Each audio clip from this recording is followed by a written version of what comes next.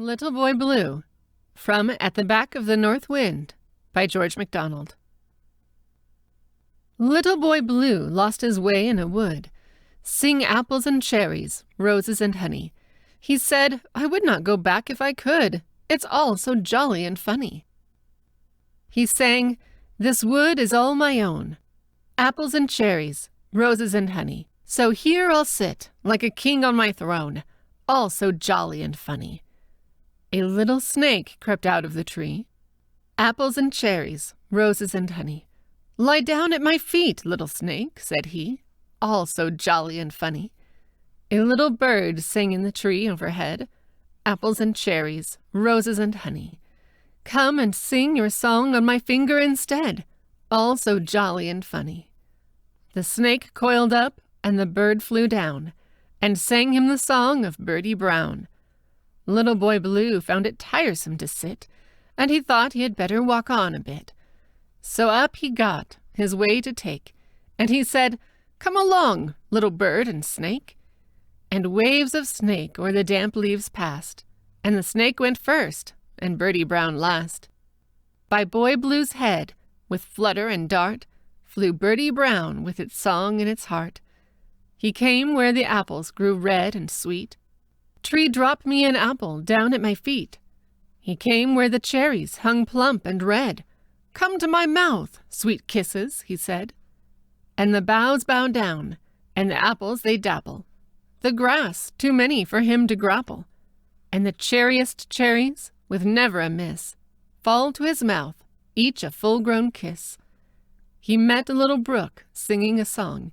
He said, Little brook, you are going wrong. You must follow me. Follow me. Follow, I say. Do as I tell you, and come this way. And the song-singing, sing-songing forest brook leaped from its bed and after him took. Followed him, followed, and pale and wan, the dead leaves rustled as the water ran.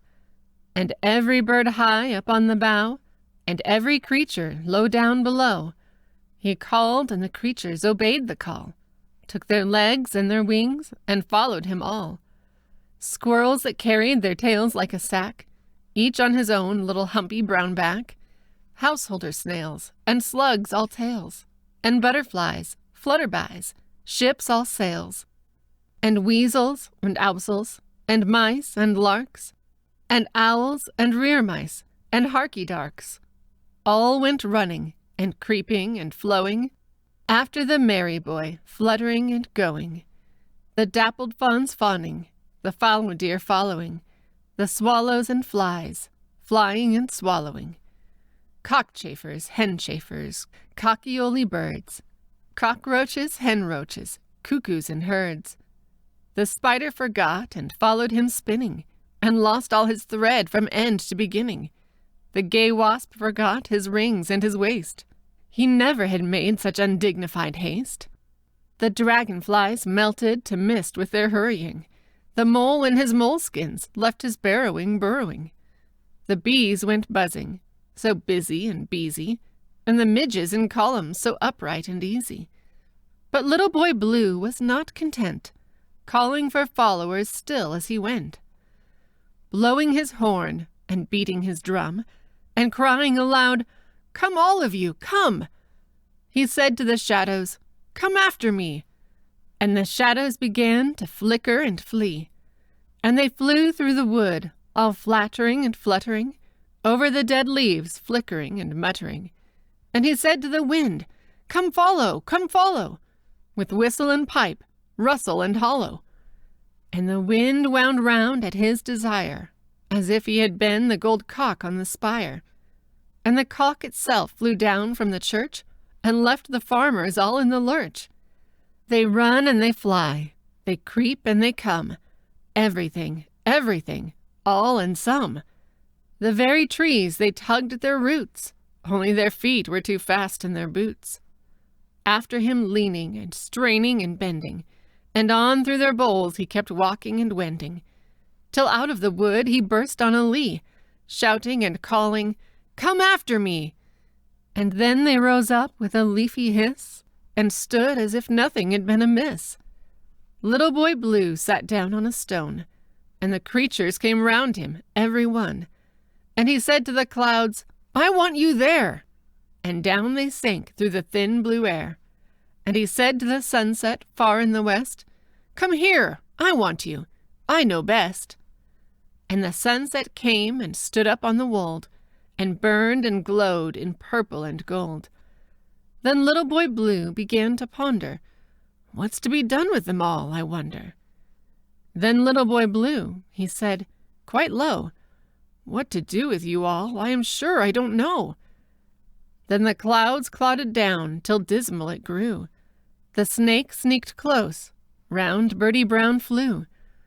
The brook sat up like a snake on its tail, and the wind came up with a "What will you" wail.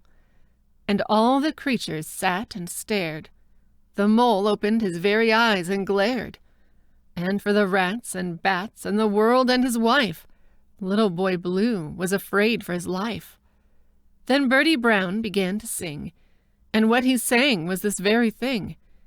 "You have brought us all hither, Little Boy Blue. Pray, what do you want us all to do?" Go away, said Little Boy Blue. "I'm sure I don't want you. Get away, do." No, no, no, no, no, yes, and no, no, sang Birdie Brown. "It mustn't be so. We cannot for nothing come here and away. Give us some work, or else we stay." "Oh dear, and oh dear," with sob and with sigh, said Little Boy Blue, and began to cry. But before he got far, he thought of a thing, and up he stood, and spoke like a king. "Why do you hustle and jostle and bother? Off with you all, take me back to my mother." The sunset stood at the gates of the west. Follow me, came from Birdie Brown's breast. "I am going that way as fast as I can," said the brook, and it sank and turned and ran. Back to the woods fled the shadows like ghosts. "If we stay, we shall all be missed from our posts," said the wind with a voice that had changed its cheer. "I was just going there when you brought me here." "That's where I live," said the sack-backed squirrel, and he turned his sack with a swing and a swirl. Said the cock of the spire, "His father's churchwarden." Said the brook running faster, "I run through his garden." Said the mole, 200 worms. There I caught 'em last year, and I'm going again next autumn." Said they all, "If that's where you want us to steer for, what in earth or in water did you bring us here for?" "Never you mind," said Little Boy Blue. "That's what I tell you. If that you won't do, I'll get up at once and go home without you. I think I will. I begin to doubt you." He rose, and up rose the snake on its tail, and hissed 3 times, half a hiss, half a wail. Little Boy Blue, he tried to go past him, but wherever he turned, sat the snake and faced him. "If you don't get out of my way," he said, "I tell you, snake, I will break your head." The snake he neither would go nor come, so he hit him hard with the stick of his drum. The snake fell down as if he were dead, and Little Boy Blue set his foot on his head. And all the creatures they marched before him, and marshalled him home with a high cockalorum. And Birdie Brown sang twir, twitter, twir, twee, apples and cherries, roses and honey. Little Boy Blue has listened to me, all so jolly and funny.